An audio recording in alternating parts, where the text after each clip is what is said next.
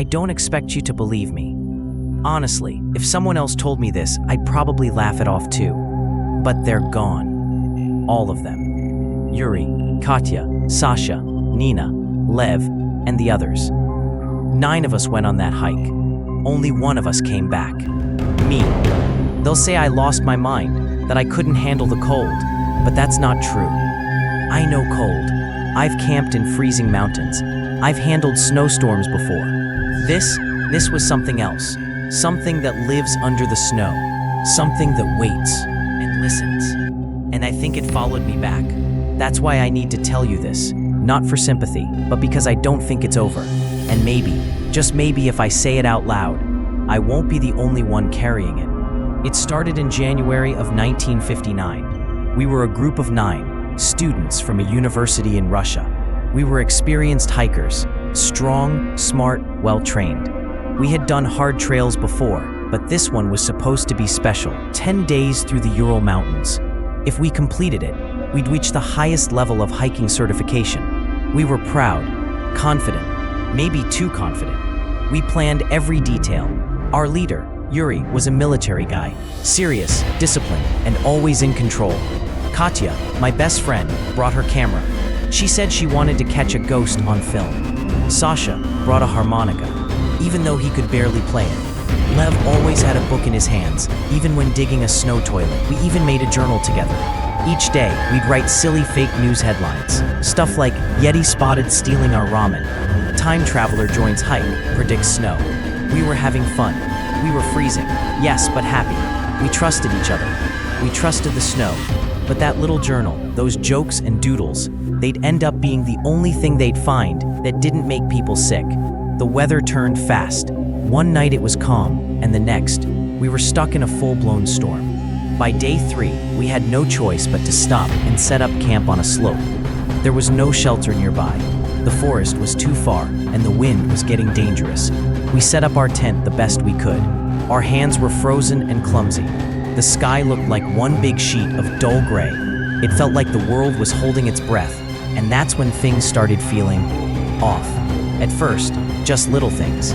Boots were moved when nobody touched them. Our hiking poles weren't where we left them. A flask that was zipped inside the tent was found outside, open and steaming. Katya joked it was mountain goblins, trying to make us laugh, but her hands were shaking when she tied the ropes that night. Then came the voices. Sasha said he heard someone whispering his name. Low, slow, almost like it was inside the tent wall. He woke us up, panicking, begging us to check outside. We looked, and found only his own footprints in the snow. They walked halfway down the slope and just stopped, like he had turned around, or like someone had picked him up. Yuri stood there in the dark, just staring into the white nothing. The wind was dead quiet, too quiet, and in that silence, I heard it too. My name. On the 5th night, something changed. We were all awake, not talking, just lying there, listening to the wind. And then we heard it. Not the wind, not an animal, a whistle. Not a human whistle, either. This one had rhythm. It was soft, like a lullaby, like it wanted to calm us or lure us. It came again and again, slow, gentle, like someone whistling just outside the tent. Yuri grabbed the axe and whispered, "Whatever happens, don't open the tent." He didn't sound sure. He sounded scared. Then we heard footsteps, heavy, slow, circling the tent. Once, twice. Then they stopped right at the front flap.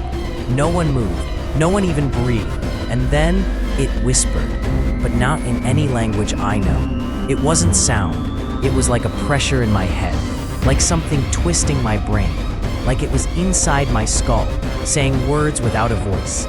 Katya held her ears. Sasha clutched his chest. And me, I felt something smiling through the fabric. When it left, we didn't sleep. We just sat there, shaking.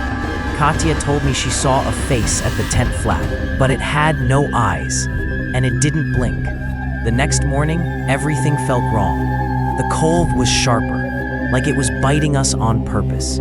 Yuri tried to act normal, said maybe we were just tired, said mountain air plays tricks on the brain.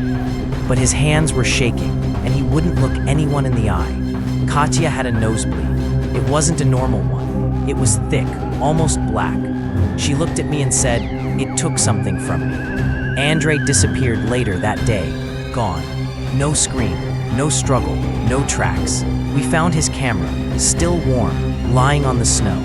Then we saw the tree, 30 feet up, claw marks, not scratches, claw marks, deep and long, like someone tried to climb up and never stop. We found Andre under the tree, curled up like he was sleeping. His face wasn't scared. It looked peaceful, too peaceful, like he saw something we weren't meant to. His eyes were wide open, but empty, hollow. Yuri said we weren't going to write it in the journal. No one argued. That night, we broke. Nina kept humming the whistle tune, like it was stuck in her head. Sasha just stared into the dark, not blinking. I dreamed I was buried, not in snow, but ash, and the ash was whispering how I would die. The date, the time, the words on my tombstone. When I woke up, there was black dust in my mouth. Then Katya was gone, not walked away, gone. Her coat was still there, her boots, but her skin, it was stuck to the inside of the tent wall, like she'd peeled out of it. No blood, no mess, just empty. Yuri lost it. We're leaving, now. But deep down, we knew it didn't matter. It was already too late. Whatever we'd found, no, whatever had found us, it had followed us. We didn't pack. We tore out of that tent like wild animals. No shoes, no jackets, just panic. We ran barefoot into the snow. The cold burned. Branches sliced our skin. But none of that mattered. We reached the tree line. Just 5 of us now. Me, Yuri, Sasha, Nina, and Lev. We were breathing hard, barely alive. Then Nina collapsed. She started shaking. Her back arched. She said, "I saw it. It's inside me." Then she screamed, or tried to. Her mouth opened wide, but no sound came out. Her jaw was gone, not broken, gone, like it had never been there. Lev ran into the woods. We never saw him again. Yuri dropped to his knees. He whispered, "It followed us from the mountain. It doesn't need to chase. We invited it." He said we opened something, and it wasn't done with us. We started with 9 people, but now I counted 10 footprints in the snow. One was bigger, wider, and it hovered over the ground, like gravity didn't touch it. Sasha pointed at it, then screamed, "It's in me." I let it in. He tore at his chest, his jacket, his skin, then ran headfirst into a tree, over and over, until he stopped moving. Yuri knelt down, crying. He looked at me and said, "You weren't supposed to be here. You weren't on the list. There were only supposed to be 8. And then he died. Not from cold, from shock. His body crumbled, like it had been hollow all along. I tried to walk back, but I couldn't. Every direction I walked, I ended up at the same spot, same bent tree, same footprint. I carved marks into trunks with my knife, but they would vanish, or move to other trees. That night I saw Katya, but it wasn't really her. Her face was stretched, her eyes black, her smile way too wide. She said, "You were always going to be the one to remember." Then she walked backwards into the woods and turned into ash. I sat alone for 3 days. When they found me, I was just sitting there, hands in my lap, legs frozen under me. I didn't speak, not for weeks. Not because I couldn't, because I was scared that if I opened my mouth, it would speak instead. The rescuers said they found the others. Some were naked. Some had crushed bones but no bruises. Some had missing eyes. Some had no tongues. They said it was paradoxical behavior. Said we panicked. But they didn't see the 10th footprint. They didn't hear the tune. They didn't know something left with me. And now, it wants to be remembered. Every time I close my eyes, I hear it. Every time I dream, I'm back on that mountain. Back at the tent, with the flap torn open, and the snow whispering my name. Don't follow the tracks. Don't whistle back. And never camp where the snow sings.